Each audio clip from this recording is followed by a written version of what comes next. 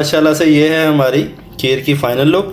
अस्सलाम वालेकुम गाइस, कैसे हैं? उम्मीद करता हूं कि आप सब खैरियत से होंगे। आप हैं वज़ीर अली फूड स्टाफ नादिर अली के साथ। तो गाइस आज हम बनाएंगे मुहर्रम स्पेशल खीर। तो चलिए इंशाल्लाह स्टार्ट करते हैं। बिस्मिल्लाहिर्रहमानिर्रहीम। मैंने 1 गिलास चावल ले लिया था, तकरीबन 3 घंटे पहले इसको भिगो दिया था और मैंने इसको अच्छे तरीके से ग्राइंड कर लिया। तो चलिए इंशाल्लाह स्टार्ट करते हैं। फ्लेम ऑन कर लें, इसके ऊपर देसी चढ़ा दें और इसके अंदर 4 लीटर दूध जाएगा हमारा।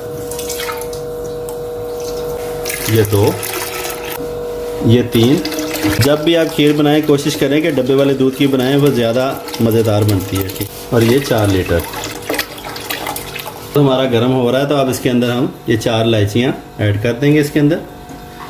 इसको उबाल आने तक पकाते जाएंगे। दूध हमारा गर्म हो गया। चावल हमने ग्राइंड किए थे 1 गिलास, अब ये ऐड कर देंगे इसके अंदर। हमने इसको 45 मिनट के लिए, देखिए कितना गाढ़ा हो गया है, कितनी थिकनेस आ गई है इसमें। 45 मिनट के लिए हमने इसको अच्छे तरीके से पका लिया। अब मैं इसके अंदर 2 कप चीनी के ऐड करूंगा और इसको हिलाते जाएंगे थोड़ी देर।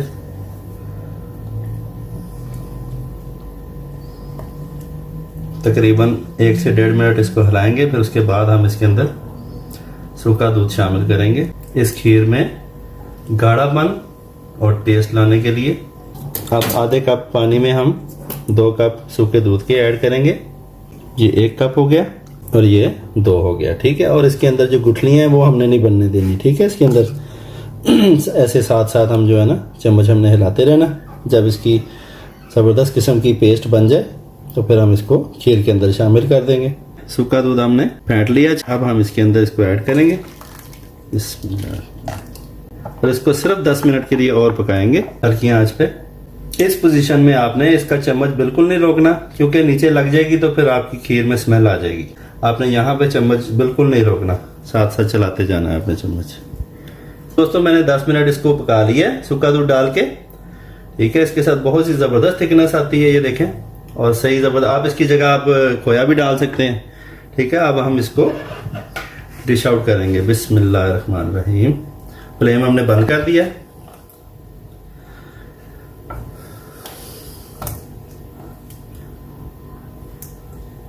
सुभान अल्लाह, सुभान अल्लाह। देखिएगा माशाल्लाह, अल्लाह ताला हमें कैसी कैसी नेमतों से नवाजता है हम गुनाहगार लोगों को। कि आगे हमारी दुआ है कि अल्लाह ताला हमेशा हमारे रिज़्क में इसी तरीके से बरकत रखे। थोड़े से बादाम गार्निश कर देंगे इस तरीके से, वो जैसे भी आपकी मर्जी है। थोड़ा डिज़ाइन वगैरह आप बनाना चाहते हैं ऊपर। ठीक हो गया, इस तरीके से।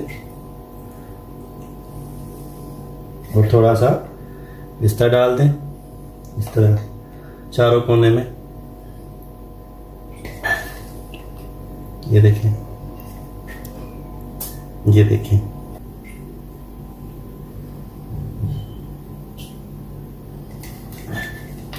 ऐसे।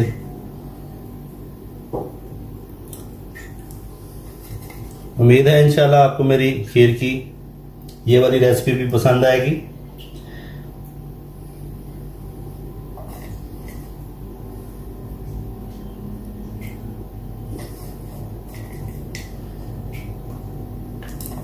माशाल्लाह से ये है हमारी खीर की फाइनल लुक। ठीक है, अभी ये गर्म है। ठीक है, अब इसको तकरीबन 1 घंटा बाहर रखें नॉर्मल टेम्परेचर पे। बाद में आप इसको फ्रिज में भी रख सकते हैं।